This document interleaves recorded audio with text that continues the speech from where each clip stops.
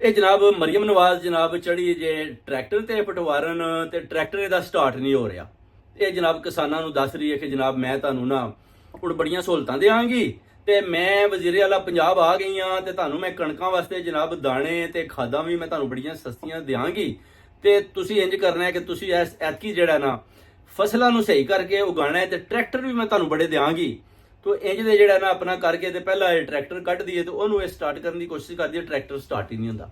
ਤੇ ਕਿਸਾਨਾਂ ਨੂੰ ਬਸ ਇਹ ਦੱਸ ਰਹੀ ਹੈ ਕਿ ਜਨਾਬ ਤੁਹਾਡੇ ਵਾਸਤੇ ਬੜੇ ਬੜੇ ਵੱਡੇ ਮੈਂ ਪ੍ਰੋਗਰਾਮ ਲੈ ਕੇ ਆਈ ਹਾਂ ਤੇ ਆਪੂ ਜਿਹੜਾ ਹੈ ਨਾ ਇਹ 60 ਕਰੋੜ ਦੀਆਂ ਗੱਡੀਆਂ ਲੈ ਕੇ ਫਿਰ ਰਹੀਆਂ ਨੇ। ਜਿਹੜਾ IMF ਪੈਸਾ ਦਿੱਤਾ ਇਹ ਜਨਾਬ ਖਾ ਪੀ ਗਈਆਂ। ਇਹਦੇ ਚਾਚਾ ਜੀ ਵੀ ਜਨਾਬ ਕੋਈ ਉਹ ਲੈ ਗਏ ਨੇ ਕੋਈ 100 ਕਰੋੜ ਦੀਆਂ ਗੱਡੀਆਂ ਤੋਂ, ਉਹਨਾਂ ਆਖਿਆ ਅਸੀਂ ਵੀ ਜਨਾਬ ਚਲਾਉਂਦੇ ਆ ਤੇ 60 ਕਰੋੜ ਦੀਆਂ ਨੇ ਆਖਿਆ ਮੈਂ ਵੀ ਚਲਾਉਂਦੀ ਆ। ਤੇ ਕਿਸਾਨਾਂ ਨੂੰ ਕਹਿ ਰਹੀ ਹੈ ਕਿ ਤੁਹਾਨੂੰ ਟਰੈਕਟਰ ਦੇਣੇ ਆ। ਇੱਕ ਟਰੈਕਟਰ ਇਹਨੇ ਲਿਆ ਤੇ ਉਹਦੇ ਤੇ ਫੋਟੋਆਂ ਲਵਾ ਕੇ ਤੇ ਸਿਰਫ ਟਿਕਟਾਕ ਬਣਾ ਕੇ ਤੇ ਉਹ ਟਰੈਕਟਰ ਵੀ ਇਹ ਵਾਪਸ ਜਾਤੀ ਉਮਰਾ ਲੈ ਗਈ।